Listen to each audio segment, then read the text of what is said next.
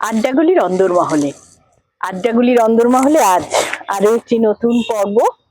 আর আজকের পর্বের অতিথি কৌশিক জোয়ারদার।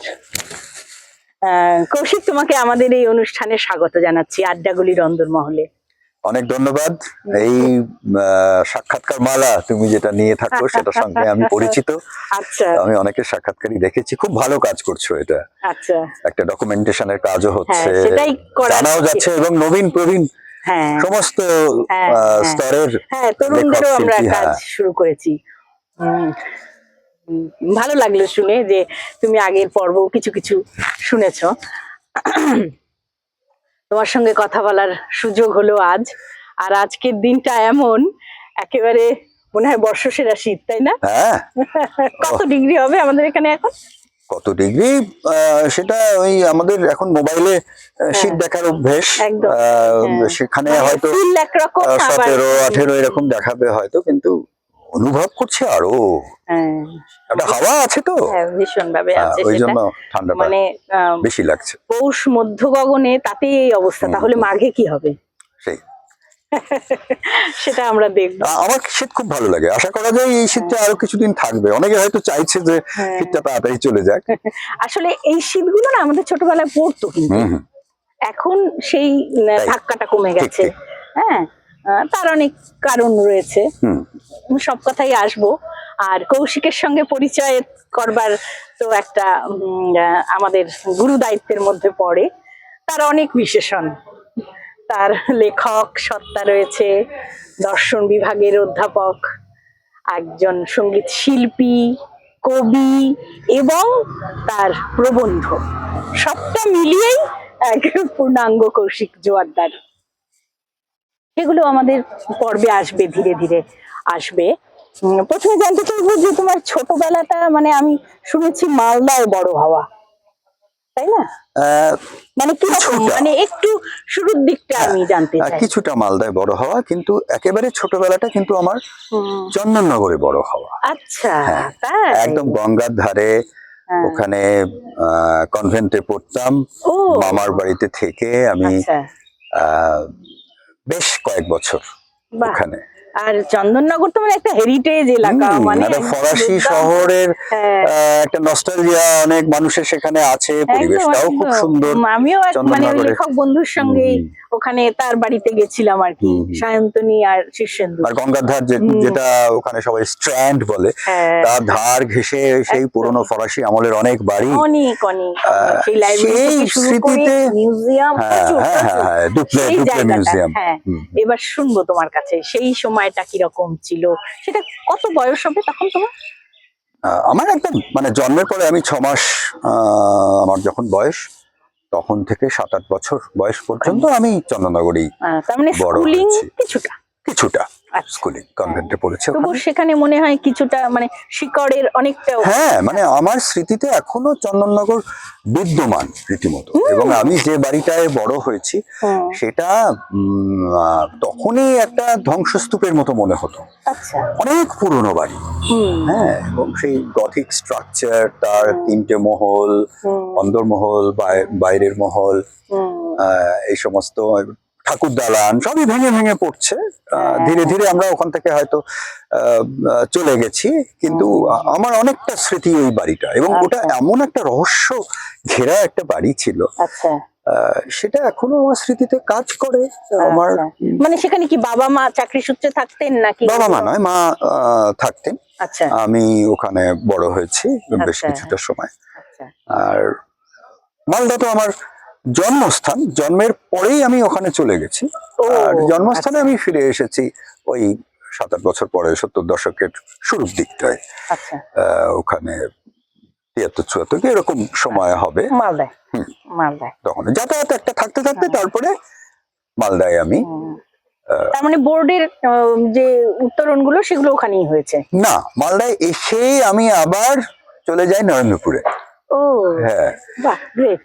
মানে আমার, যদি তুমি জীবনটা কোন শহরে কাটিয়েছি বলো, একটুখানি আমার দর্শকদের একটু জানাতে চাইছি যে অনেকটা স্থানিক জায়গা, মানে ভৌগোলিক পরিবেশও তো এই বেড়ে ওঠার ক্ষেত্রে, মনন তৈরি করার ক্ষেত্রে অনেকটা কাজে আসে, মানে এটা সহজাতভাবেই চলে আসে আমার ধারণা, তাই না? সেই জায়গাটা একটু, যে এই যে আজকের কৌশিক জোয়ারদার, তার যে একটু একটু করে বেড়ে ওঠা, সেখান থেকে কি কি রসদ তার, মানে কিভাবে তার অক্সিজেন গুলো ভেতরে আর কি পরিপুষ্ট করেছে আর কি, অনেক বেশি পরিণত করেছে, সেই জায়গাটা একটু আমার দর্শক বা পাঠক যাই হোক না কেন তাদের, আমি তোমার মাধ্যমেই আমি দর্শকদের বা পাঠকদের কাছে আমি এই বার্তাটা দিচ্ছি যে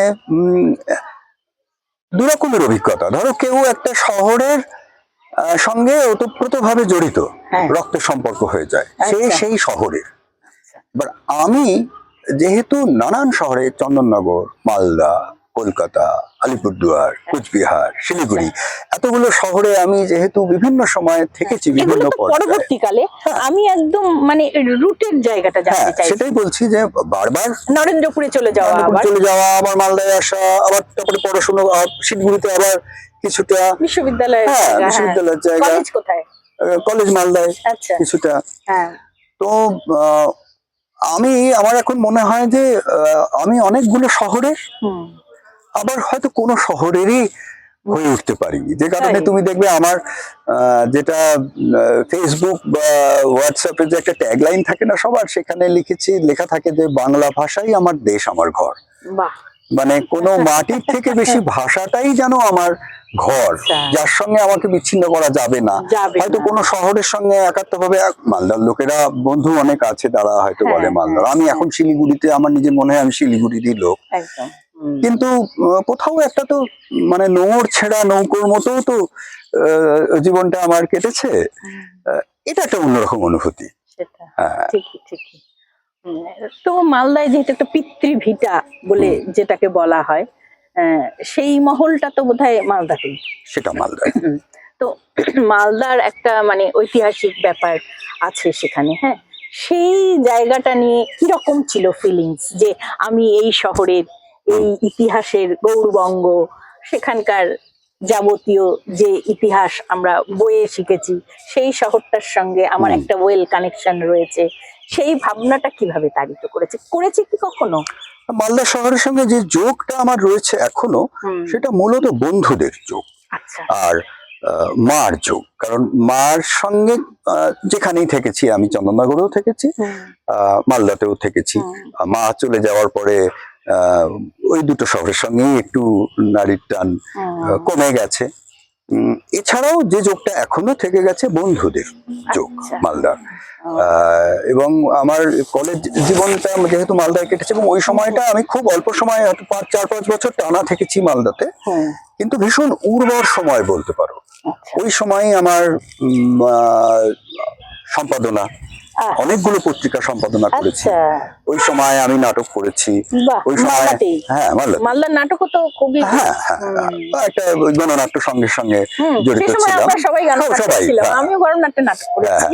এবং আমি গণনাট্য সঙ্গে সঙ্গে একবার গ্রামে যাত্রার বদলে একবার গণনাট্যের চারদিক খোলা মঞ্চে নাটকও করেছি। সেটা গ্রামের মানুষ অতটা নেনও নি তখন, কারণ ওরা অন্য ধরনের নাটক দেখতে অভ্যস্ত ছিল। তারপরে আবার গান বাজনা করে একটা অন্য অভিজ্ঞতা সেটা।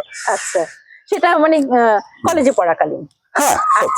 তার মানে লেখালেখি শুরুটাও সেই সময়? লেখালেখি শুরু আমার আরো আগে, মানে হয়তো মাঝে মাঝে একটু বিরতি হয়েছে। আমার যেহেতু মা লিখতেন, এবং আমার মা কবিতাই লিখতেন। আর হ্যাঁ, আমার মা কবিতা লিখতেন, আমার মা গানও করতেন। গানের জায়গাটাও, আগ্রহটাও আমার মার কাছ থেকেই পাওয়া। মা সাগর সেনের ছাত্রী ছিলেন। এ তো বিশাল ব্যাপার। মানে আমি একটু, যদিও এই ট্র্যাকের নয়, বলছি যে এখন মানে একটা ফেজে আছি, মানে একটা লেখার জন্যই পড়া আর কি, সেটা জীবনানন্দ ফেজ বলা যেতে পারে। সেখানে যে তার মা কুসুম কুমারী দাস, জীবনানন্দ, মানে সেই জায়গাটা আমি এখন আচ্ছন্ন, মানে সেখানকার থেকে একটু বিরতি নিয়েই কিন্তু এই তোমার সঙ্গে এই কাজটা করতে আসা, সেটা হঠাৎ এরকম মনে হলো যে মায়ের সঙ্গে এতটাই ওয়েল কানেক্টেড, মানে মায়ের শিক্ষা, মায়ের মার যে- প্রভাব আমার হ্যাঁ। জীবনে সবচেয়ে বেশি। মায়ের রুচিটা প্রভাবিত হ্যাঁ, করা, হ্যাঁ, মানে সবটাই রয়েছে, যার জন্যই এই গান বা লেখালেখি ঠিক ঠিক। শুরুয়াত, সেই জায়গাটা যেন আমার কোথাও যেন একটু ভেতরে একটু আবেগতাড়িত হয়ে আর এমনিতে ধরো বাঙালি ছেলে মেয়েরা তো খুব ছোট থেকেই ছড়া লেখা, ছবি আঁকা এসবের দিকে একটা তাদের ঝোঁক থাকে, কেউ উৎসাহ খুব বেশি পায়, সেটা হ্যাঁ চলতে থাকে, কারোর বন্ধ হয়ে যায়। আমার বন্ধ হওয়ার সুযোগটাই ছিল না, তার কারণ আমার মালদার বাড়িতে দাদাদের মধ্যে অনেকে পত্রিকা সম্পাদনা করতেন, যে বাহ, কারণে আচ্ছা। আমার প্রথম ছাপা লেখা কিন্তু আমি যখন প্রাইমারি স্কুলে পড়ি তখন। আমার সেটাকে যোগ করে দেখলে আমার লেখক জীবন অনেকটা, কিন্তু যেহেতু বিরতি মাঝে মাঝে হয়েছে, আর আমি আর তেমন একদম একটা কিছু ছোটবেলায় হয়তো আমরা অতটা সিরিয়াসলি নেইও না। নেই না, হ্যাঁ। কিন্তু ধারাবাহিক ভাবে কিন্তু থেকেছে। আমি থেকেছে। কলকাতায় যখন ছিলাম, আচ্ছা। মানে আমার পড়াশোনা শেষ করে কিছুদিন কলকাতাতে চাকরিও করেছি, আমি সাংবাদিকতা করেছি। তখন কলকাতার পত্রপত্রিকা আশেপাশে যেগুলো বেরোয়, লিটল ম্যাগাজিন, সেখানে সেখানে লিখতাম। লেখালেখি, তার মানে যদি বলি ছাপার অক্ষরে লেখা, সেই প্রাথমিক হ্যাঁ হ্যাঁ হ্যাঁ স্কুলে যখন পড়া, তাই তো? হ্যাঁ, মানে সেদিক থেকে দেখলে লেখক জীবন 50 বছর হয়েছে, কিন্তু সেটা শুনলে অনেকে হয়তো হাসবে, কারণ এই 50 বছরের লেখক জীবন যা, সেই আবার মানে এরকম তুচ্ছ লেখক কি করে, তাতে আরো অনেক বেশি না, সেটা তো বলা যায় না। সেটা তো কিছু করার নাই, মানে সেটা আমি তুমি কি করে দীর্ঘদিন ধরে বলবে? লিখছি। সেটা একজন আমি আজকে যে লেখকের জায়গাতেই মূল্যায়ন, দাঁড়াই, সেটা কি নিজে বলতে পারে? বলতে পারে না, কখনোই সেটা সম্ভব নয় না। তার লেখা কোথায় পৌঁছে গেছে সেটা একজন লেখকও কিন্তু জানেন না। হয়তো তাই। হ্যাঁ, তোমার ক্ষেত্রেও যে সেটা নয়, সেটা কি করে জানলে? মানে এই জায়গাটা আমি একটু ডিফার করছি না, এই জায়গাটা কি হয় বলো, হয় না।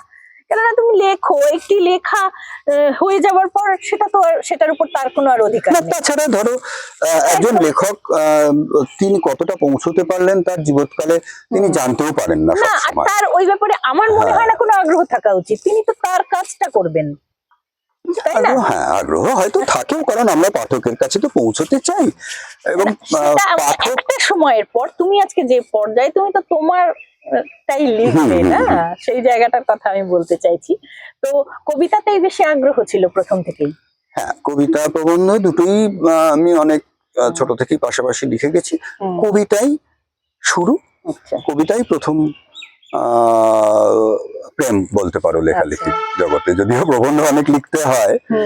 অবশ্যই লিখতে হবে। এবার তোমার বিষয়ে যাব, তার আগে একটু বলে নেই যে আজকাল একদম একটু অফবিট গল্পের দিকে তোমার বেশ নেশাটা দেখতে পাচ্ছি। অফবিট কিনা জানি না, হ্যাঁ গল্পের। অফবিট বলতে একদম প্রচলিত গোল গল্পের বাইরে, সেটাই আমরা মানে একদম পরিচিত ধারা। হঠাৎ করে আমরা একরকমের গল্প পড়তে পড়তে আমরা ঠেকে গেলাম জীবনানন্দে, বা এক রকমের কবিতা পড়তে পড়তে ঠেকে গেলাম মাইকেলে, এই জায়গাটার কথা বলছি। তুমি যেটা খেয়াল করেছো আমার ভালো লাগছে। অবশ্যই অবশ্যই, একজন পাঠক হিসেবে আমি দেখবো না সেটা? বিশেষ করে আমার পরিচিত মহলের কাছাকাছি, তাদের গুলো তো বেশি করে পড়তেই হবে, জানতেই হবে। আর বাইরের যেগুলো যেগুলো পড়ার, সবার তো খুঁটিয়ে খুঁটিয়ে পড়া সম্ভব নয় না। তবুও আমরা যারা সবসময় বিগত প্রায় 30 বছর হলো এই সিরিয়াস লেখালেখির সঙ্গে যুক্ত, তাদের তো এগুলো জানতেই হবে, তাই না? তো সেই লেখাটার উপর কেন আগ্রহ হঠাৎ করে জন্মালো গল্পের দিকে? গল্প লেখার শুরু আমার কলেজ জীবনেই। আচ্ছা, তখন তুমি চেনো বোধহয় রাজীব সিংহ, একজন লেখক আছেন, ভালো করেই চেনো, ও তো মালদার ছেলে। মালদার ছেলে, বহুদিনের পরিচিত বন্ধু। আমরা একসঙ্গে ওই এবং গল্প সঙ্গে অনেক সম্পাদকের সঙ্গে সেখানে ছিলাম, আর প্লাস বহুদিনের পরিচিত বন্ধু এবং ঘনিষ্ঠ বলা যেতে পারে, সবসময় দেখা হয়। তো এই আমরা কথাবার্তা হতো, আড্ডা হতো, যেহেতু নিজেও পত্রিকা সম্পাদনা করতাম নানান, আর মালদার অনেক কিছু, অনেক কিছু। তো তখনই আমি একটা দুটো গল্প তখন লেখা হয়েছিল, কিন্তু তারপরে আমার মনে হতো যে আমি হয়তো কবিতাতেই বেশি স্বাচ্ছন্দ্য, আর প্রবন্ধ লিখতেই হয়, প্রবন্ধ লিখতে ভালোও লাগে। নিজের মনে হলো আমি বোধহয় গল্পকার ততটা নই, অল্পকার। এই শব্দটা আমার মনে হয় একজন কবি দিতে পারেন, অল্পকার সম্পর্কে বিশেষণ। আর আমার কাছে যেহেতু কবিতাই চাইতেন লোকে, প্রবন্ধই চাইতেন, আর গল্প পড়তে ভালো লাগতো, লেখা হয়নি। কিন্তু হঠাৎ মনে হলো যে একটু অন্যভাবে প্রকাশ অন্যভাবে করি যদি ভাবি। নিজেকে, অন্যভাবে সবটা তো কবিতাতে হয়তো প্রকাশ করা যাচ্ছে না, একদমই তাই, তো হয়ই, একদমই তাই। তাই না? যে কথা আমরা বলতে পারবো না তখন আমরা কবিতার আশ্রয় নেই, আবার যে কথাগুলো বলা হলো না সেগুলো আমরা কিছু কথা মনে হয় একটু হ্যাঁ, অন্যভাবে বলার চেষ্টা অন্যভাবে করি। বলি, একটু সেটা- বড় ভাবে বলতে চাই, যেখানে অনেকটা জায়গা পাবো। আর কিছু বন্ধু বান্ধব লিখিয়েও নিয়েছেন আমাকে, আচ্ছা, এখানে আমার অবশ্যই। তুমি যেটা শুভময় যেমন বলেছে গল্প লিখতে, বা উত্তরবঙ্গ সংবাদ থেকে আমাকে বলেছিল গল্প লিখুন।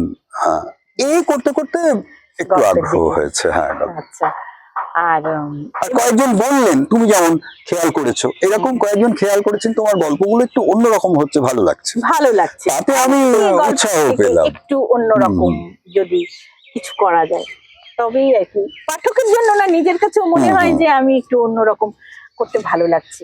মানে এই মেঘটা এইরকমই, এই মেঘটাকে তুমি যদি একটু অন্যভাবে দেখো, তাই না, সেই দেখাটা যদি আমি নিজের মতন করে প্রকাশ করতে পারি।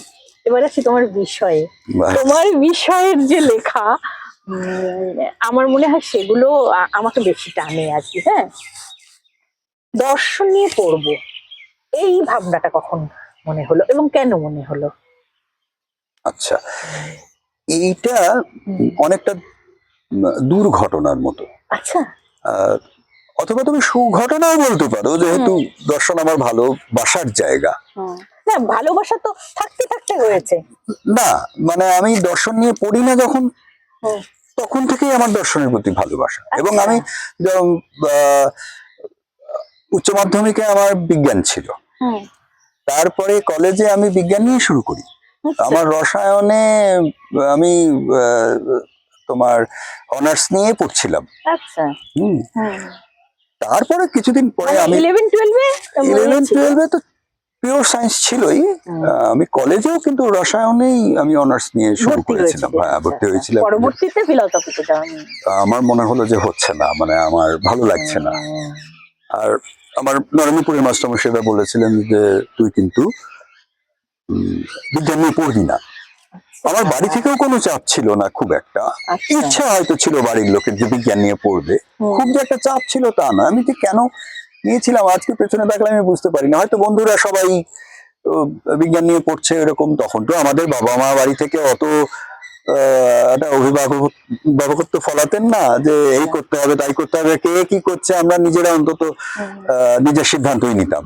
আচ্ছা, কিছুদিন পরে মনে হলো হচ্ছে না, ভালো লাগছে না, আমি আবার দর্শন চলে এলাম। এসে আমি একদম এত আনন্দ পেলাম, মনে হলো নিজের জায়গায় আমি ফিরে এসেছি। ভালো লাগছে তখন পড়তে। এত ভালো লাগতে শুরু করলো। আচ্ছা, তারপরে আস্তে আস্তে বিষয়ে ঢোকা। বিষয়ে ঢুকে গেলাম, এবং এটাই আমার পেশার জায়গাও হবে, সেটাও আমি ঠিক করলাম। আচ্ছা, সেটা কি মানে এই জিনিসটা কিন্তু খুব রেয়ার না, আমি ভালোবাসি অথচ সেটাকেই আমি সারা জীবন ধরে রাখবো, এটা কিন্তু মানে আমি যখন রসায়ন নিয়ে পড়ি তখনও কিন্তু আমি দর্শনের বই বেশি পড়তাম। আচ্ছা, এটা কিন্তু মানে সবার ক্ষেত্রে সবসময় হয় না যে সেটাকেই আবার পাওয়া, তাই না?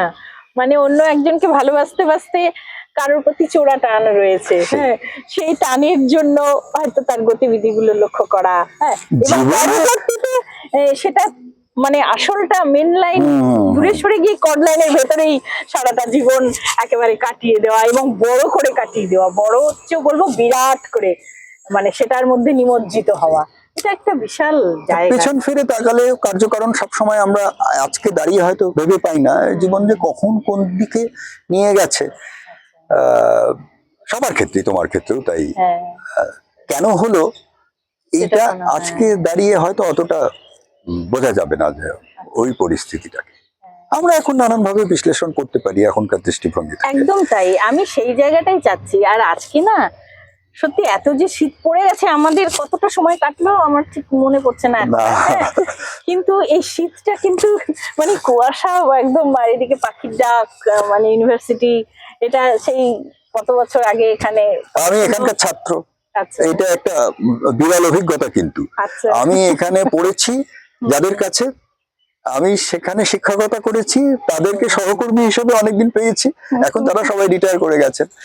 আর আমি যাদের পড়াচ্ছি সেই ছাত্রছাত্রীরা যেখানে বসে আছে আমি সেখানে বসতাম, হ্যাঁ, এটা আমার প্রতিদিনের একটা অনুভূতি। একদম তাই। এবং এখনো আমার মাঝে মাঝে মনে হয় যে এই রাস্তাগুলো দিয়ে আমি যেতাম, ওখান দিয়ে বেরিয়ে আসতো আমার বন্ধু, আহ, হঠাৎ উঁকি মারতো, ডাকতো, তো সেইগুলো তো আমার মনে আজকে পড়ে। কেমন লাগছে তার উপর এরকম একটা পরিবেশে? এরকম একটা পরিবেশে আমার পড়াশুনো, লেখক জীবন নিয়ে তুমি কথা বলছো, মানুষই এসেছেন, এটা একটা চমৎকার অভিজ্ঞতা আমার। তাই না? চমৎকার। আচ্ছা, আম, তোমার তো আরেকটা বিশেষ গুণ, যেটা তোমার মাতৃসূত্রে প্রাপ্ত আর কি, গান, যেটা আমরা মাঝে মাঝেই সোশ্যাল মিডিয়ায় শুনতে পাই। আজকে অনেকটা সময় হয়ে গেল, আমাদের সময়েরও তো একটু থাকে, তাই না? হুম হুম। আরো অনেক কথা শোনার ছিল, কবিতা টবিতা অনেক কিছু আরো শোনার হবে পরিকল্পনা পরে, হ্যাঁ, হবে। হবে, হ্যাঁ। দেখি এটা কতদিন সেই তো, হ্যাঁ। চলতে পারি আর কি। সুস্থতাও অনেক কিছু মানে নির্ভর করে এই কাজগুলো করার ক্ষেত্রে, তাই না? তবে গান তুমি শুরুতে আমাকে উল্লেখ করলে, গায়ক, গানের লোক ইত্যাদি বলে, আমি কিন্তু গান কখনো শিখিনি। এই তোমাদের মতো বন্ধুদের অনুরোধে বিভিন্ন অনুষ্ঠানে গাইতে গাইতে সবাই ভাবে বোধহয় আমি একজন গায়ক। হ্যাঁ, ভালো লাগে গাইতে, বন্ধুরা যখন অনুরোধ করেন তখনও করি, কিন্তু আমার গানের শিক্ষা নেই, খুবই অশিক্ষিত গলা বলতে পারো। ঠিক আছে, তোমার অশিক্ষিত গলায় আমাদের বন্ধুদের জন্য এই কুয়াশা ঘেরা একটা গোধূলি, কিন্তু না, এখন কটা বাজে, এই সময়টায় একটা শীতের সময় বিস্তৃত হয়েছি আমরা আড্ডায়। একদম তাই, সত্যি তাই, সত্যি তাই। আম, একটা কুয়াশার গান, শীতের গান। কুয়াশা, শীত, আসলে ওইভাবে মনে পড়ছে না। আমি যে কোনো সেটা একটা না হলে উপকূলি, হ্যাঁ, আমি যে কোনো একটা কোনো গান গান দেখি। দিয়ে আমরা আজকে এটা শেষ করতে চাই।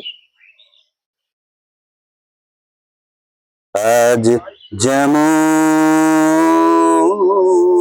করে গাইছে আকাশ, তেমনি করে গাও গো, আজ যেমন করে, আজ যেমন করে চাইছে আকাশ, বাহ, তেমনি করে চাও গো, সাধু সাধু। আজ যেমন। আর রান্নাগুলির অন্দরমহলের আজকের এই পর্ব এখানেই শেষ করছি। কৌশিককে অনেক ধন্যবাদ, অনেক ভালোবাসা, সবাই খুব ভালো থাকবেন, গান চলতে থাকুক আমাদের। আজ হাওয়া যেমন পাতায় পাতায় মরমরিয়া বনকে কাঁদায়, হাওয়া যেমন পাতায় পাতায় মরমরিয়া বনকে কাঁদায়, হুম, তেমনি আমার বুকে মাঝে